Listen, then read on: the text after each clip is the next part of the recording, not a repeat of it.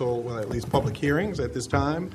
1A, lease of a portion of Main Library to Trident United Way.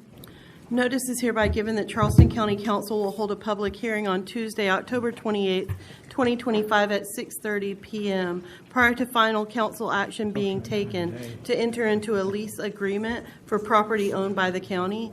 The property in question is a portion of the property located at 68 Calhoun Street, known as the Main Library, and County Council is considering a lease agreement with Trident United Way. Anyone signed up to speak? 1B, environmentally acceptable packaging and product ordinance amendments. Notice is hereby given that Charleston County Council will hold a public hearing on Tuesday, October 28th, 2025 at 6:30 p.m. regarding an ordinance regulating the use of single-use plastic carryout bags, plastic straws, and polystyrene plastic foam products, and promoting the use of reusable carryout bags and recyclable paper carryout bags and other matters related thereto. Anyone signed up to speak? 1C, emergency preparedness ordinance amendments. Notice is hereby given that Charleston County Council will hold a public hearing on Tuesday, October 28th, 2025 at 6:30 p.m. regarding an ordinance amending Chapter 7, Emergency Preparedness of the Charleston County Code of Ordinances. Anyone signed up to speak? 1D, financial incentives for Metals Trade LLC, a subsidiary of Keel FKA Project Flair. Notice is hereby given that a public hearing will be held by the County Council of Charleston County on October 28, 2025 at 6:30 p.m.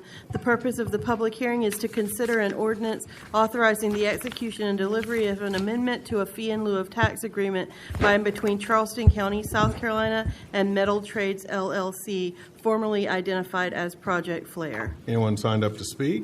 Public comments. All right, we have 8 people signed up to speak. The first person is Thomas Tisdale Sr., followed by Thomas Tisdale Jr. Please remember, please just only give your name. You don't have to give your address. And we're asking that you adhere to the quorum and rules of council.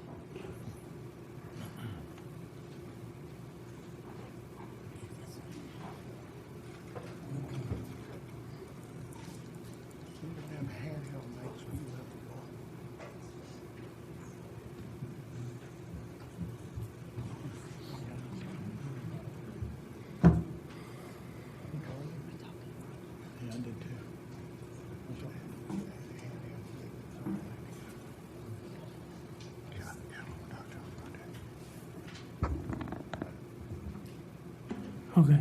My name is Thomas Tisdale.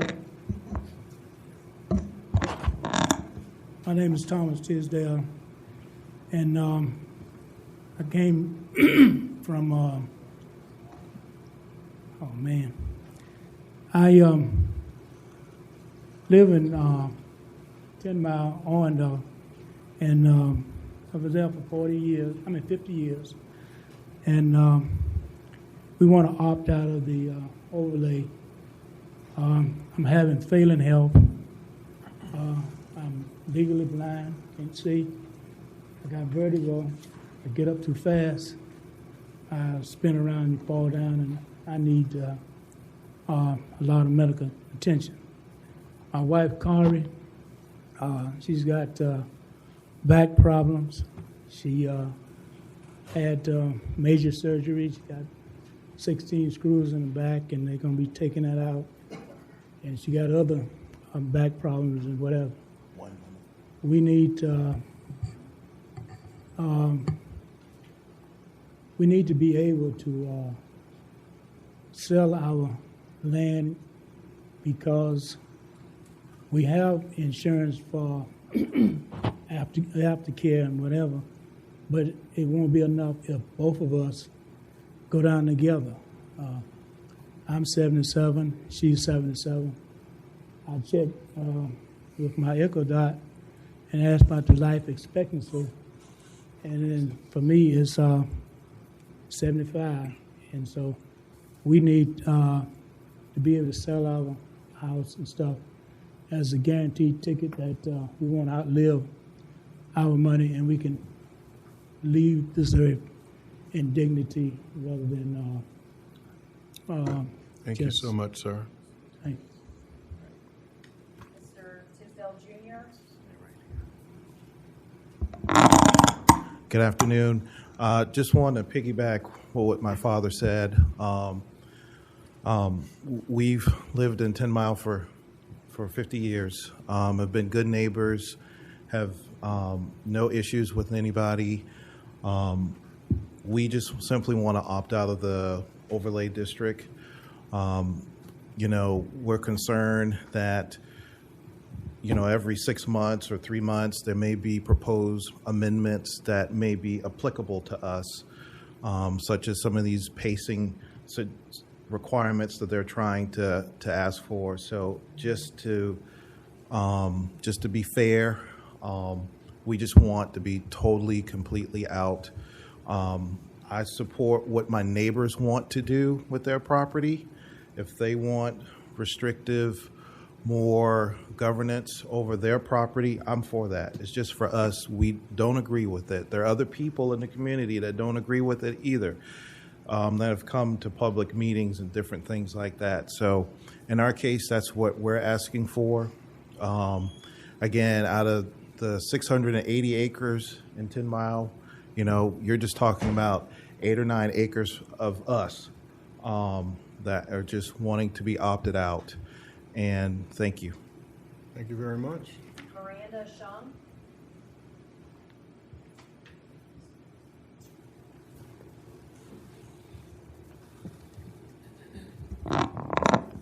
Does my time start now, or? Yes. Cool.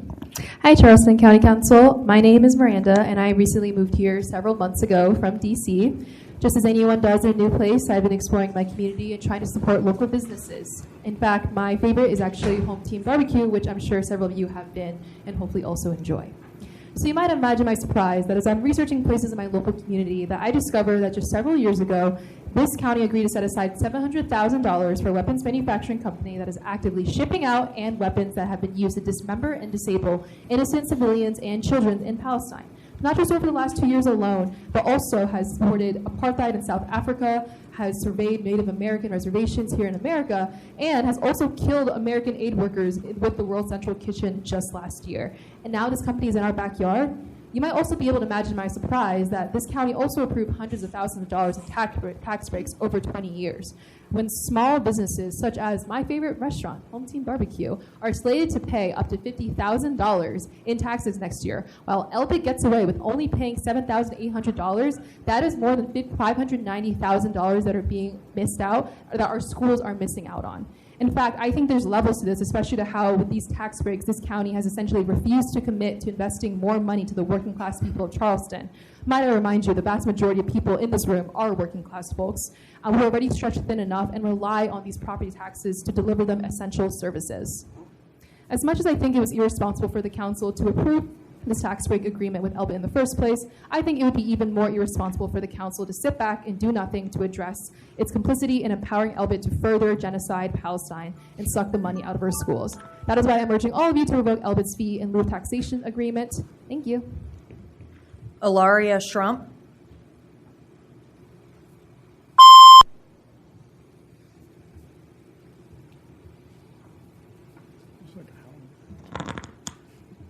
Hello, my name is Allery Schimpf. Can you hear me? Yeah? Okay. My name is Allery Schimpf. Thank you for allowing us to speak tonight. I am a mother of 3. I have 3 daughters. And as many of you may see, our world right now is really divided. And one of the things I struggle with in raising my girls is teaching them that not everyone is your enemy, teaching them that they can trust people, encouraging them to love their neighbor. I started my career in social work, working in a transitional housing program for single moms. And I came directly face-to-face with the issues that are facing a lot of people in poverty in Charleston County. A lot of women don't have access to housing or childcare or food. And right now we have 30,000 Charleston County residents who are going to be without SNAP benefits in 2 days. I ask you, if you believe that weapons coming from a place of fear and scarcity are really going to benefit our world, that's going to really bring us forward in unity. If weapons are going to teach our children to love each other, then by all means keep doing what you're doing. But I believe that using our positions of power and privilege to put money into services that are going to help families and help single moms and educate our children and put them in a place where they feel safe enough to love other people. Please use your power to direct money to those resources, because weapons and war. Thank you. Colin Holloway, followed by Bert Morrison.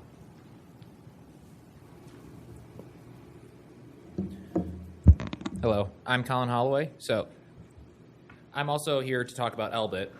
So for many years, drug manufacturers have stopped producing the drugs used in lethal injections because they saw how cruel and barbaric the use of those chemicals were. However, Elbit is still manufacturing weapons used in equally cruel crimes on an industrial scale in Gaza and the West Bank. It's completely unacceptable. And because of that, my question is, why are we failing to act with the same moral clarity as these companies that have a financial incentive to be cruel, to sell products that would kill people?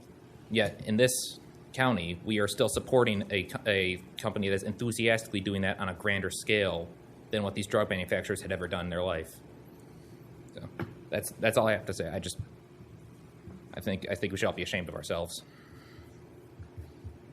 Bert Morrison, followed by Kyle Taylor.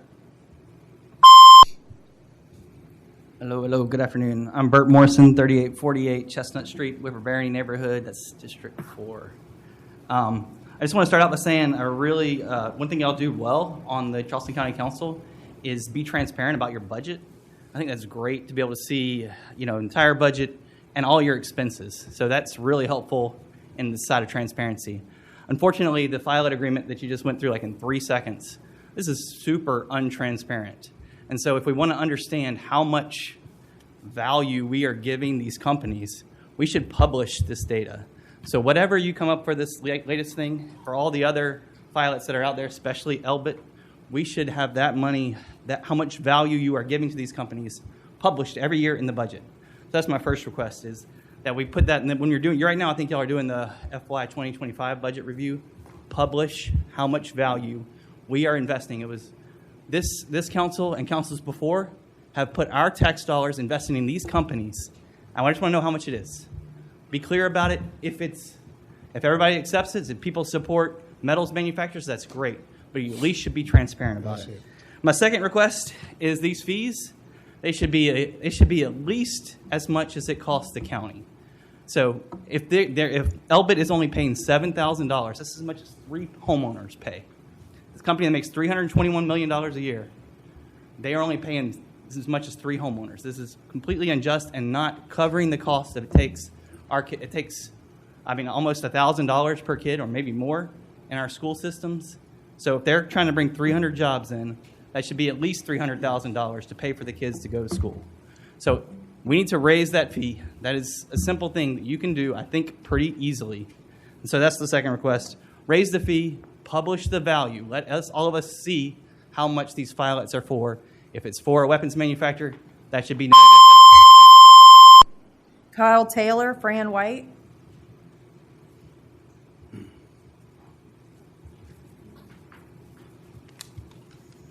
Hey, everybody. Good evening. Thank you, Mr. Chairman. My name is Kyle Taylor. I'm a civil engineer, Charleston native, and founder of Taylor Consulting Group. I speak today as a private citizen to share my thoughts and concerns regarding the possibility to extend the half-penny transportation sales tax while discussions are still in the very early stage. The primary purpose of the transportation sales tax is the improvement of our roads, streets, bridges, and highway system in order to relieve congestion and better ensure safe, adequate, and reliable travelways. This purpose is generally understood as stated in its name. Taxpayers approve this discretionary tax measure with the understanding that revenues will directly fund improvements to our roadway network. These facilities are the backbone of mobility, public safety, and commerce throughout Charleston County. And I'll say Charleston County is rather unique, especially because of the port of Charleston and the State Ports Authority. Actually, it's an incredible economic driver, which I think we should all support. It also adds quite a bit of traffic to our roads and highways. However, per recent reporting, approximately half of the dollars collected from the current transportation sales tax appear to be dedicated and have been dedicated to land preservation and to the CARTA bus transit system. These are policy choices that may align with some political agendas. However, they contribute very little to the day-to-day congestion relief that residents expect when they approve and pay this sales tax. This connection between land preservation and bus transit to traffic relief is vague and extremely remote. Their connection to the improvement of roads and bridges is entirely disconnected. Taxpayers rely on our roads and highway network every day, and the improvements of this critical infrastructure deserves our unwavering attention. I urge the focus of the transportation sales tax to be redirected to these improvements to the maintenance of our roadway system. Thank you. Fran White.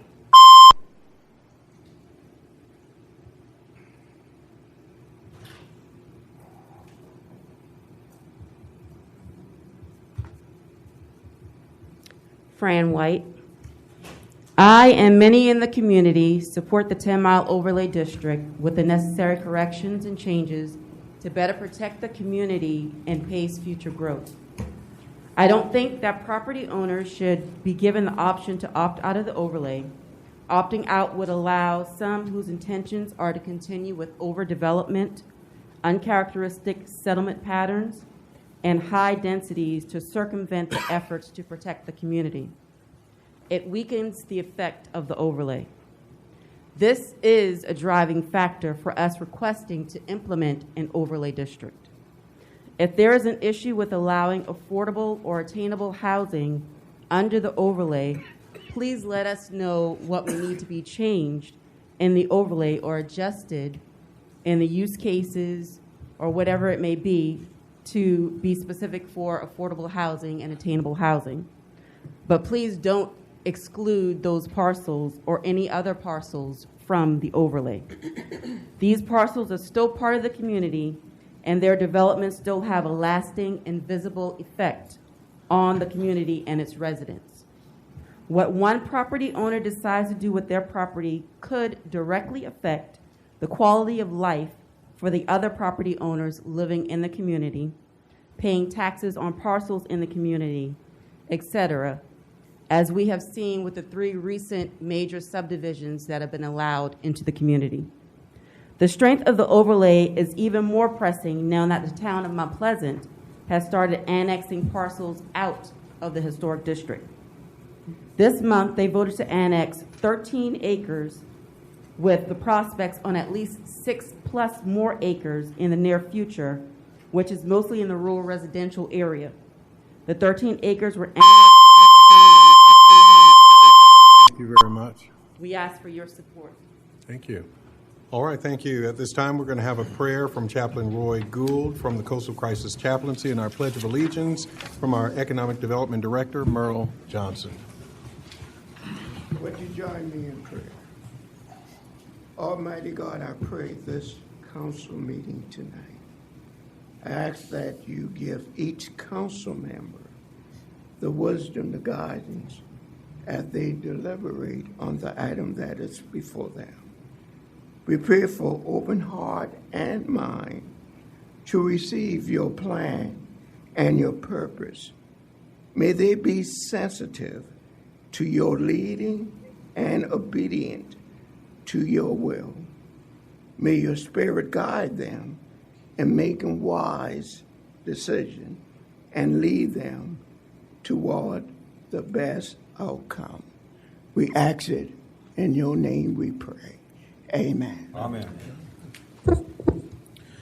I pledge allegiance to the flag of the United States of America and to the republic for which it stands, one nation, under God, indivisible, with liberty and justice for all. The Freedom of Information Act. In compliance with the Freedom of Information Act, notice of meeting and agendas were posted and distributed to news media and persons requesting notification. Item 2, minutes of the September 20. Second. Probably moved and seconded. All those in favor, let it be known by saying aye. Aye. Opposers, nay. Item 3.3a, environmentally acceptable packaging and products ordinance amendment. An ordinance regulating the use of single-use plastic carryout bags, plastic straws, and polystyrene plastic foam products, and promoting the use of reusable carryout bags and recyclable paper carryout bags, and other matters relating thereto. Mr. Boykin? Aye. Mr. Darby? Aye. Mrs. Honeycutt? Aye. Mr. Kabrowski? Aye. Mr. Moody? Mr. Pryor? No. Mr. Sass? Aye. Mr. Werman? Aye. Mr. Middleton? Aye. The ordinance passes third reading with 7 ayes and 2 nay. 3B, emergency preparedness ordinance amendments. An ordinance amending Chapter 7, Emergency Preparedness of the Charleston County Code of Ordinances. Mr. Boykin? Aye. Mr. Darby? Aye. Mrs. Honeycutt? Aye. Mr. Kabrowski? Aye. Mr. Moody? Aye. Mr. Pryor? Aye. Mr. Sass? Aye. Mr. Werman? Mr. Middleton? Aye. The ordinance passes third reading with 9 ayes. 3C, financial incentives for Metal Trades LLC, a subsidiary of Keel, formerly known as Project Flare. An ordinance authorizing the execution and delivery of an amendment to a fee in lieu of tax agreement by and between Charleston County, South Carolina, the county, and Metal Trades LLC, formerly identified as Project Flare, extending the investment period of such agreement, authorizing additional special source revenue credits to be provided to the company, and other matters related thereto. Mr. Kabrowski. Can we just have a brief discussion? I just like to ask staff, it is a public... Speak into the mic, please. I'm sorry, it is a public meeting, and this, in no way in agreement with what was said about Elbit, which I found extremely offensive and ignorant. I do think this is a public meeting, and I do think that it's incumbent upon us, many people here, and I'm sure it'll pass, but it's worthy of in a public meeting just to set forth the advantages that the counties get, but also the incentive that the county's giving up and what that means, since it's always a good thing to state that publicly so everybody listening knows that. Yes, sir. So this is a amendment to the current fee in lieu that Metal Trades has on the books, and so this is going to afford us an opportunity to get an additional. The original deal was for $14 million. This is going to get us an additional, or a total now of $66 million instead of the $14 million. What are the incentives, the tax revenue, the tax holiday in quantifiable terms, so that anybody listening can understand that?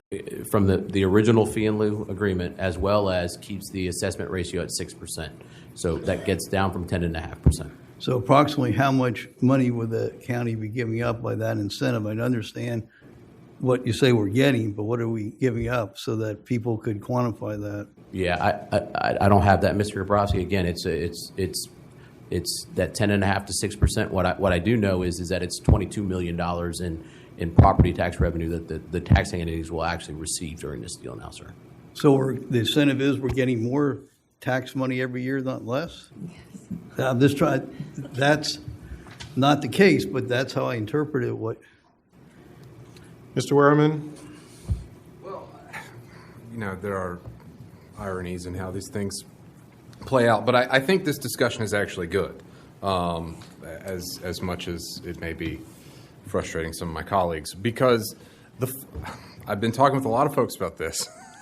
Whether we want to get into it and how deeply, I'll leave to others, but I will simply say, and probably leave with a little bit of a question as I formulate it, and filibuster here a little bit. But the point I'm making is, you talk about these deals, and whether you view it as a tax giveaway or an increase of the tax base depends on a crucial assumption, which is whether there would be the same amount of investment without the deal. Okay? And so where you come down on that, it defines the whole thing. So, I'll tell you, frankly, Mr. Kabrowski, when I came into this job, I had done some research about how these things are done. I sort of had a similar view that you don't need these deals. But come to find out, the manufacturing tax rate in South Carolina is, let's put it this way, set by people in Columbia who are not listening to people in Charleston who actually want to build a manufacturing facilities and that sort of thing.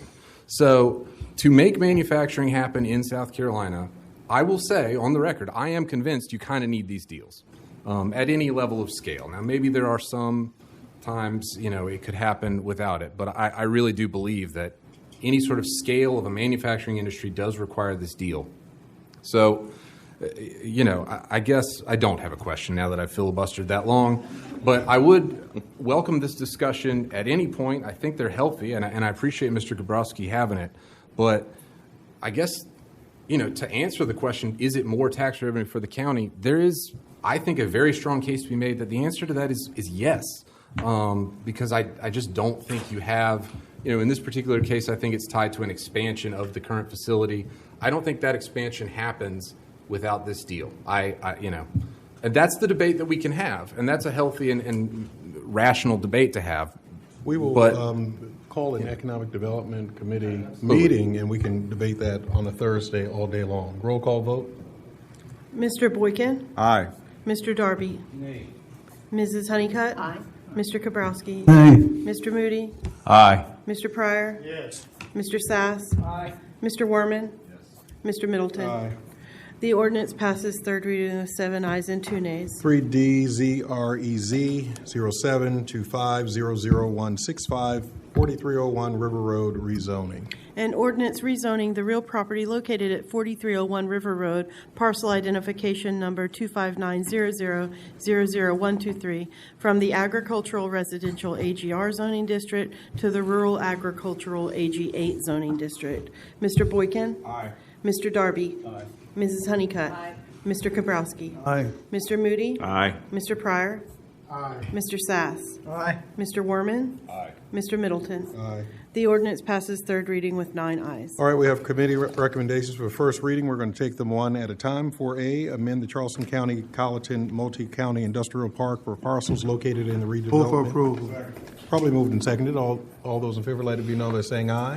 Aye. Opposers, nay. The ayes have it. Let's hear the ordinance. Yes, sir. An ordinance to further amend the agreement for the establishment of a multi-county industrial business park for properties located in a redevelopment project area by and between Charleston County, South Carolina, and Colleton County, South Carolina, providing for the development of a multi-county industrial business park so as to include additional property in Charleston County as part of the multi-county industrial park. 4B, to amend Move for the... approval.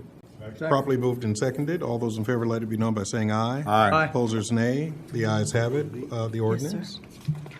An ordinance to further amend the agreement for development of a joint county industrial park by and between Charleston County, South Carolina, and Colleton County, South Carolina, providing for the development of a jointly owned and operated industrial business park so as to include additional property in Charleston County as part of the joint county industrial park, and to update the status of certain properties in Charleston County with respect to the joint county industrial park. 4C. Mr. Chairman? Yes. I'd like to Ms. move to Honeycutt. approve with the exception of allowing the Tisdale parcel to be opted out of the overlay as reflected on this map. I will second that. Is it after third reading, Ms. Honeycutt? Yes, sir. Thank All you. right, properly moved and seconded twice, and the amendment up to third reading. Mr. Werman. Well, I think I'm okay with this, and I'll tell you why, because we opted him out of the downzoning in the first place. So we're not talking about allowing the Tisdales to put more or less units on that property. This is, and I do think it would be worthwhile to understand what are some of the ancillary restrictions that would be relieved. My understanding is their main concern is this pacing, implementation issue. So, if that's really going to be the difference, is that this one property, which was already opted out and is already going to be able to have the same zoning or the same density that it would have had, regardless of how we make this decision, then I'm frankly okay with this. All right, Mr. Moody. Mr. Werman, well said. My thing is, I spoke last week about overlays, and I like them because it's a people-driven process. But where people object, and I think I told Mr. Darby, if this property was right in the middle of the overlay and we'd be carving something out of it, that would be problematic for me. But it's on the edge of the overlay district. I think it's right beside some other dense properties. Who knows what they're going to do with it, but it's just shaving a piece of the side off it. So geographically, that's what makes it for me. So I'm going to support this. All right, Mr. Kabrowski. Well, I have a question then. I was going to make my own amendment, but I'm confused as to this because this is upzoning. So are we then, The overlay is upzoning from, He already got his zoning. All right, I thought that, as I understood it from asking Joel today, that what we're doing today is upzoning from, as of now, you can build one home per 3 acres, and this would change it to build one home per acre. Am I wrong in that? I just would like a clarification for that. Mr. Werman? Yes and no, and maybe Mr. Evans might want to make his way towards the mic pretty soon, but Mr. Gabrowski, well, I'll turn it over to Mr. Evans. But my understanding is that is happening in a different part of the district. The rest of the district is. May we allow him to clarify that part? Yes, there are two different issues. Mr. Tisdale's property is in the urban growth boundary, and it's a R4 zone property. As you correctly said, it was not selected to be downzoned to S3. The other issue that Mr. Kabrowski is speaking of is on the other side of the urban growth boundary, and that is the R3, or we now call it RR, the one dwelling unit per 3 acres. And the overlay is proposing that area get upzoned, if you will, change the zoning to one dwelling unit per acre. All right, Mr. Werman, we're going to come back to you. No, listen, I still have questions and didn't really hear a ton from the community today about the upzoning piece. I mean, Mr. Kabrowski, I would ask, if you want to ask for an amendment to the amendment to take the upzoning of the rural area out, I would join you in that. I don't think you need a second to ask for that amendment, but. Well, that would be my amendment, and for the reason being that though we were told a majority, I asked, well, what kind of majority? And they said less than one hand. And I asked, well, how much? That could be as many as 5 or as few as 1. I think of the 3 more people who showed up said they want the upzoning than less. And I want to point out, this is in my district, and there's 40 miles from here to the end of my district in Georgetown County, the South Santee River. So if this was to be upzoned here, the effect would be there's 40 miles north of that.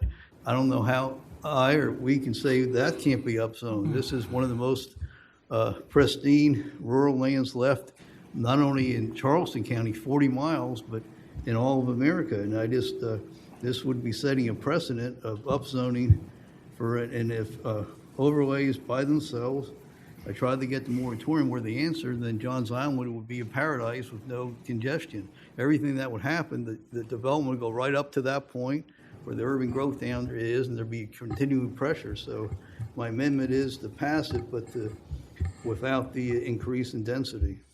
Mr. Pryor? Wait, thank you, Mr. Chairman. Mr. Kabrowski, you would have to get approval from a Sunnycut to accept your amendment, but you have up to 3rd reading if you wanted to do something at 2nd reading.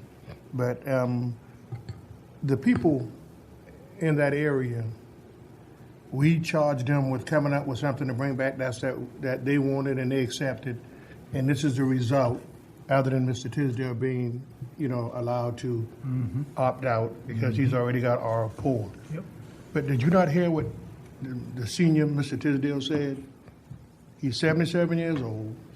He's lived there for 50 years and inherited that.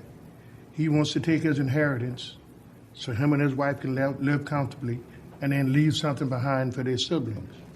And so who am I to tell them, no, you can't do that, when all he is asking is to leave him alone and let him remain with what he has right now. And so I'm going to support this based on he has a right. I don't have a right to tell him, no, you got to sell your property for less money because that's what your neighbors want. I think we overstep, and that's more government instead of less government.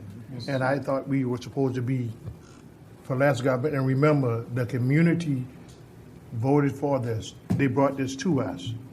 So if there needs to be changes, they can do that. You can amend what they have even during the process, even after this passes. If they come back to us with an amendment, they have a right to come back to us with an amendment. But I don't want to hold them up, and especially Mr. Tisdale, knowing that he just said what he said. Again, I'm going to echo those comments and just say that if the entire point is to listen to the community within a process like this, then doing directly what the community didn't ask for is not listening to the community. And same with Mr. Tisdale. To the extent he has an interest in a particular parcel affected by this, I'm willing to listen to everyone who has an interest that's going to be affected. And so I think it is fair that we do what he has asked to the extent it can conform with what's around it, just like it's fair to give the community what they've asked for on both sides of 17. And so for that reason, I don't accept any amendments. This reading, we do get up to amend up to third reading, so we'll certainly take this up, I'm sure, again. But as for the motion right now, it is as it stands on the table. All right, Mr. Boykin. Your comparison to Johns Island doesn't hold water. The growth on Johns Island has occurred inside the urban growth boundary, which has been a great tool to manage growth. And the causation of that growth was the city of Charleston annexing all that property and upzoning the property to create the high density. The county has no ability to stop that. So that was going to occur one way or the other, and there was nothing we could do about it. In response to what Teddy said, as I understood the answer from Mr. Ford, that the property that the gentleman was talking about would not be affected by changing my motion with the density. That was not included in that because that was on the other side. Am I correct in that? So my motion was not to cut off Mr. Tisdale from annexing out. That was, my motion was on the other part. Yes. It wouldn't affect him. So we were still listening to strictly to limit the increase in density on the other part. I just want to make that clear, Teddy, because I think he thought I was. No. All right. It wouldn't have affected what he wanted, but again, there's 40 more miles, so if we're going to increase this density, it sets a precedent for the increase of density all the way to McClellanville. And in reference to Mr. Boykin said, you can talk about the traffic there. It's wonderful, I'm sure. I don't want that to be recreated in my district. And that increased density, you can do 40 miles of this increased density. We already have a horrific problem with traffic in northern Mount Pleasant. This would add to it. All right, Mr. Pryor and then Ms. Honeycutt. And lastly, Mr. Kabrowski, yes, your constituents are telling you this is what they want. And you said you listen to your constituents, but now you're going against the very thing that they brought to this council and say that they want. So when you say this is in your district, well, the people in your district are telling you this is what they want. And so if you are listening to your constituents in your district, then you should be in favor of what they're doing. We didn't say op zone. That's what the people in the community voted for, and they brought that to us. So those are your citizens, and those are your constituents. And so I'd advise you, listen to your constituents if you represent them. Listen to your constituents because that's what they want. Now, I mean, you may have a different opinion, but I'm just saying you can't have it both ways. You can't listen to them today and not listen to them tomorrow. Okay. Yeah, I just want to be clear, Mr. Kabrowski, I don't think you actually made a motion to amend what's on the table, but I am rejecting any amendment to change the zoning on the other side of 17, which is what you're proposing. And I understand that does not affect the Tisdale parcel, but that is what the folks in the community have asked for, and I'm yielding to theirs, at least insofar as this first reading is concerned. So, thank you. Mr. Kabrowski. Briefly, as I understood it, there was a vote of those who showed up by somewhere between 1 and 3 people voting one way. I represent all the people from McClellanville to the old village. This would affect not just the people there, but the tens of thousands of people who live there and create a precedent for upzoning the next 40 miles. I don't know how we can then say no to through Allendale and McClellanville and all those unincorporated areas.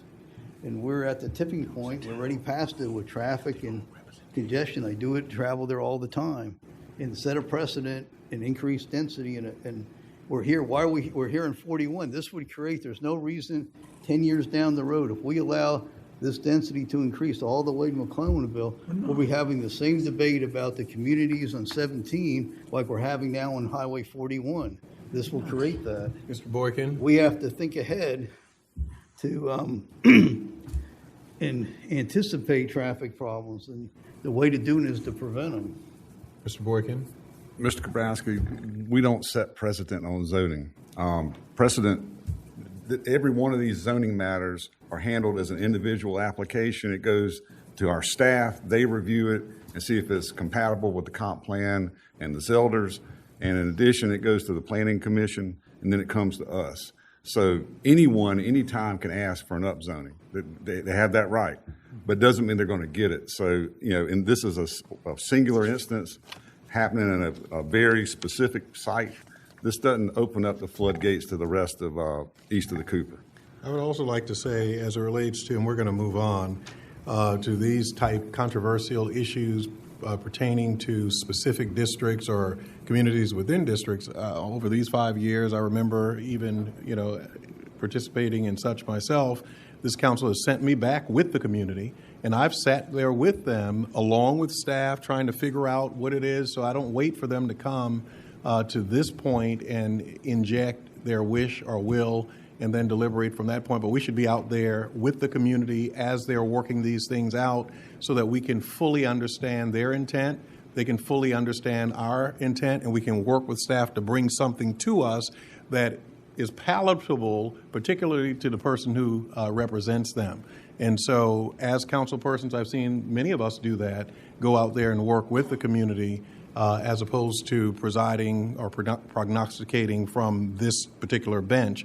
We should be out there with the people, with staff, trying to pull together, I hate to use the word a compromise, but pull together something that they can palatably agree with. And then when it comes to us, as the representative, you can also champion that on their behalf. Roll call vote, please. Yes, sir. Mr. Boykin? Aye. Mr. Darby? Abstain. Mrs. Honeycutt? Aye. Mr. Kabrowski? No.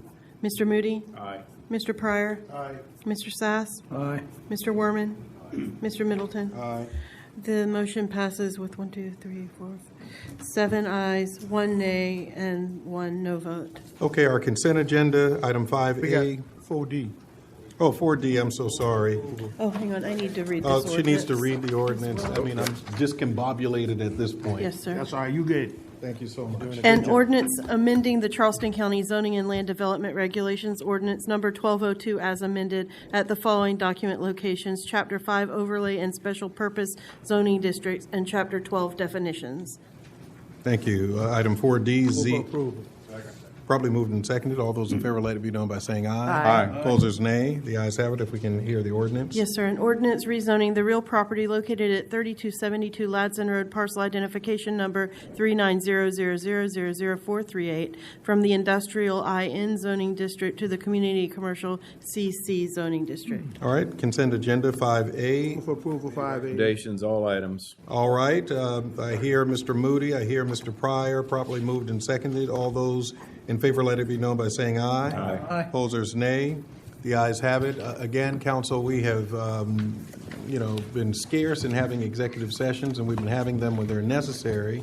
And these two are necessary. May we hear from the clerk, and then we'll come to you, Mr. Pryor? Of course. But Yes. I just wanted to make. Not the clerk. May we hear from the attorney? I'm sorry. Yes, sir. There's a need for an executive session for 2 items, the first of which is the sale of 993 and 995 Morrison Drive, and the second one involves security measures. All right. Executive session. Second that. Been seconded, Mr. Pryor. Before we go into executive session, can we do council comments so these folks can go home and then go into executive session? If they want to stay, they can stay, but that allows them if they want to leave after council comments. Yes, sir. Absolutely. Mr. Moody. Well, a couple things. Mr. Werman, on point tonight, sir. Not that you aren't always, but that you your economic development commentary was very good. I subscribe to the fact that this is increasing the tax base. This is a homegrown company that has business in the outskirts of the county, which is always what I advocate for. I'm proud to support the U.S. Defense Company. I'm proud to support USA. So I thank you for your comments tonight. I think they were spot on, and I'm happy to support them. On the 10 mile and the discussion, I'm happy to continue those discussions also. But I agree with one thing Mr. Kabrowski said, but not the concept. He said the way we fix things is to anticipate them. I think that's a good prescription for anything in life. But I'm not going to violate people's property rights to do it. These preemptive moratoriums, we got 3 people telling us, you can't let them do this. You can't let people tell you what they want to do with their property. That's scary stuff. That is a scary violation of property rights. And everybody says, I'm for property rights. Well, no, you're not. You send me an email that tells me don't let somebody do what they want to do with their property. You're not. And I keep seeing this, these preemptive moratoriums, and we got to do this, we got to do that. No, we don't. That's a scary place to be, and I'll just leave it at that. Thank you, sir. All right, Ms. Honeycutt. I don't think I have anything. Thank you. Thank you so much. Mr. Darby? Yes, sir. Mr. Grabowski, I really applaud him, even if I don't agree with him all the time, is that he has a right to challenge fee and lieu. That is his philosophy. And I don't think a person needs to be attacked just because of his or her philosophy, because we all have philosophies. If Elbert hasn't taught me anything, it has taught me I'm not going to blindly give my allegiance to fee and lieu in terms of 100%, because look what it has caused us. These fee and lieu are now becoming nothing more than corporate welfare. Because what I've gathered on this council, and sure some of them are great, all of them, no. Because when it comes down to corporate welfare, it's almost akin to easygoing socialism for the rich and big businesses. But when it comes down to the poor and small businesses, which are supposed to be the backbone of America, it's nothing but rugged, hard capitalism. There are restaurants failing in Charleston County every week. What advantage are we giving them? None. We can lower the taxes for these big businesses to 6%. So why we can't do something for these small businesses like 2%? I would wager that some of these restaurants will stay in business if their taxes could be reduced. But what are we doing for them? Nothing. We can do for big businesses, but when it comes down to the small businessman, we do nothing when they are failing. So that's not fair. America's supposed to be about fairness. That's what we represent. But is it fair to give these big businesses fee and lieu taxes and then come to small businesses, mom and pop shops who are failing, and we do nothing for them? Where is the fairness in that? So I applaud Mr. Key for challenging this. It should have been challenged a long time ago. So I'm going to go on the record. I'm no longer going to blindly give my loyalty to these big corporate businesses just because. Because they too want to make money. That's why they want to come here. Not necessarily because of this in taxes, but they need us as well as we need them. And we are always giving in. So I applaud Mr. Key for doing what he's doing in terms of fee and lieu taxes. Thank you. Mr. Sass? Nothing. Night. Mr. Boykin? Thank you, Mr. Chair. I would just ask everyone to keep the people of Jamaica in their thoughts and prayers.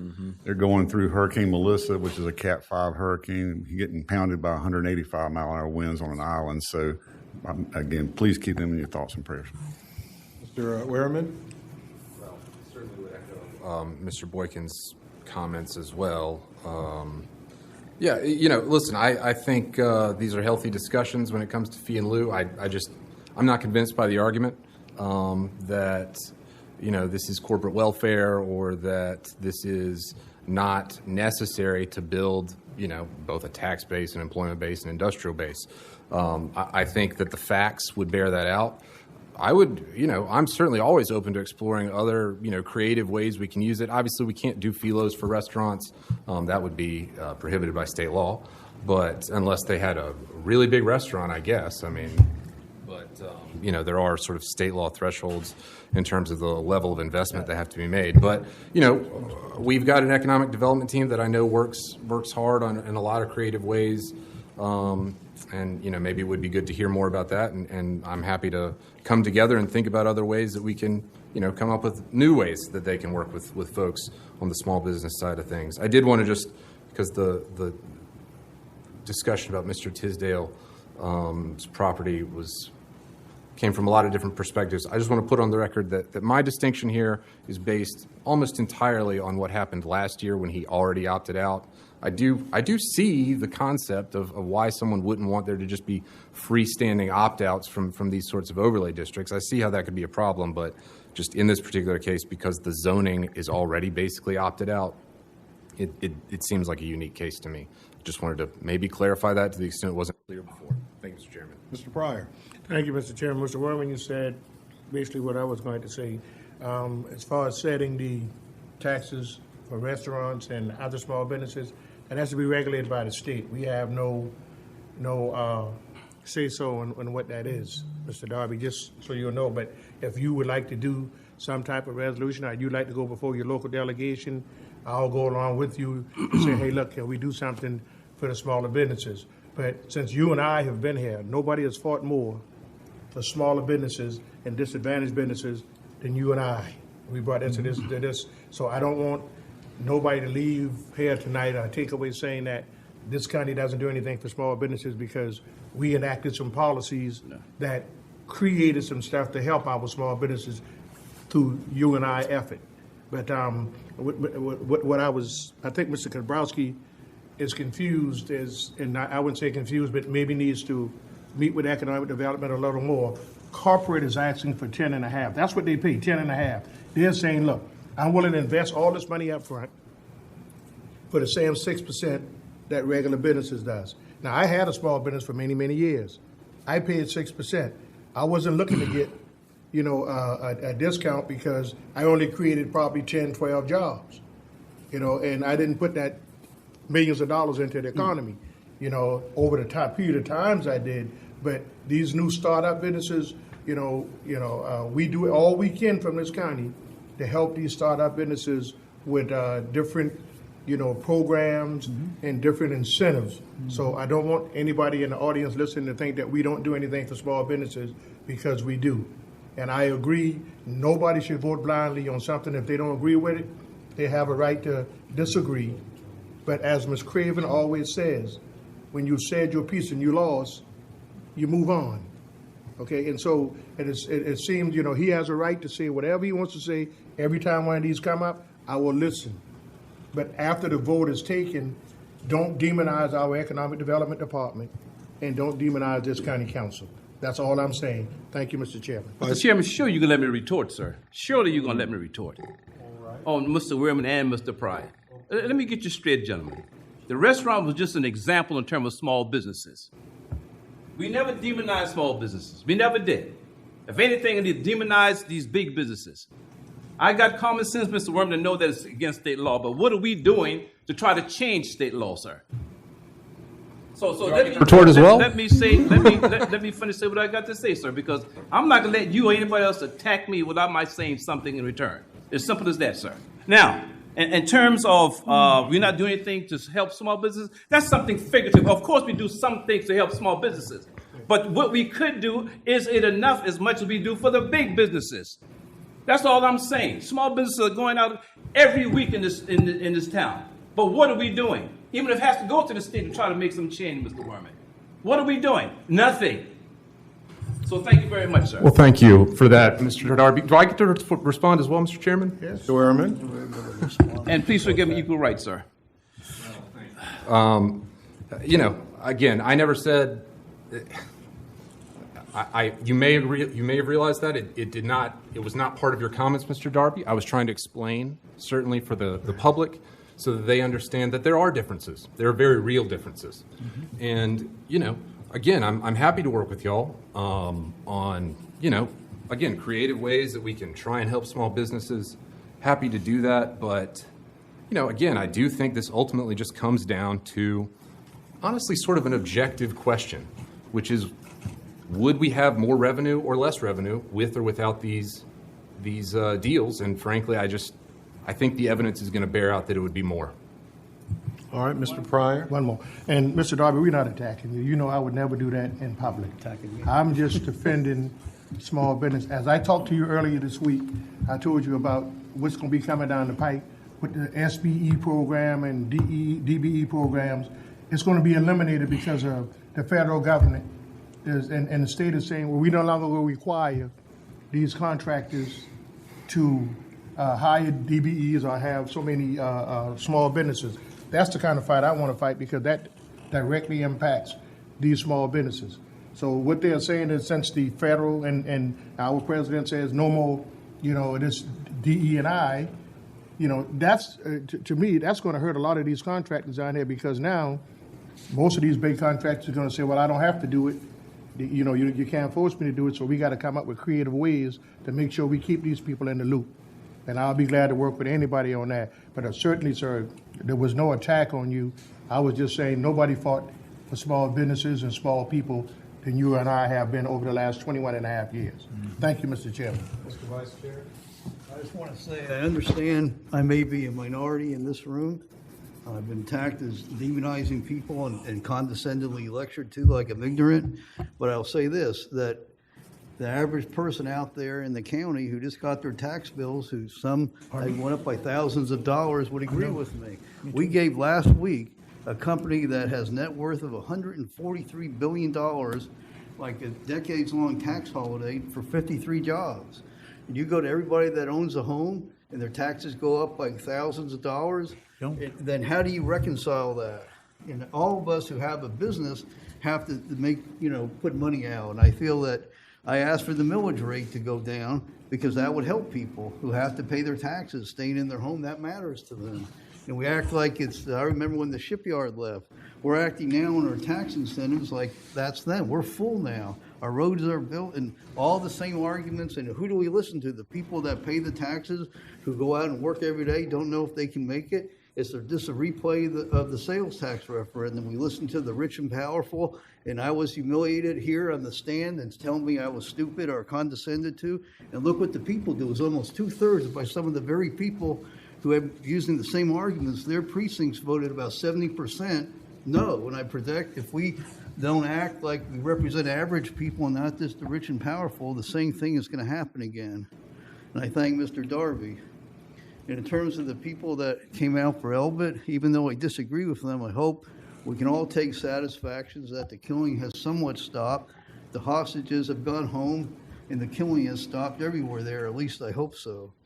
But again, I like to think I talk for more people in my district who I encounter. And in terms of listening to people, it was a vote in the community. I feel the staff did a great job of listening, and I was in favor of 99% of what happened with the overlay district. But again, when you have a vote and there's maybe 2 or 3 people voting on one side or the other, it's not a clear direction of what the people want. I have to represent all the people of East Cooper, and I recognize it's not, we can vote differently next time if zoning comes up, but this certainly creates a precedent for the people north of that. Well, you increase density for them, and all those developers and everybody else are looking at this, and that's what I meant. We have to look ahead. How do we stop that? And I don't want the northern part of our county to become like the southern part in terms of traffic and congestion. We have to think decades ahead, just like developers think decades ahead. And that's what I was trying to do tonight. Thank you. Madam Attorney? Mr. Administrator? No, sir. Madam Clerk? No, sir. We're in We take the executive. vote to go to executive session? We did take the You vote. did. We have already taken the vote. How much time, it doesn't, is there a time limit? Okay.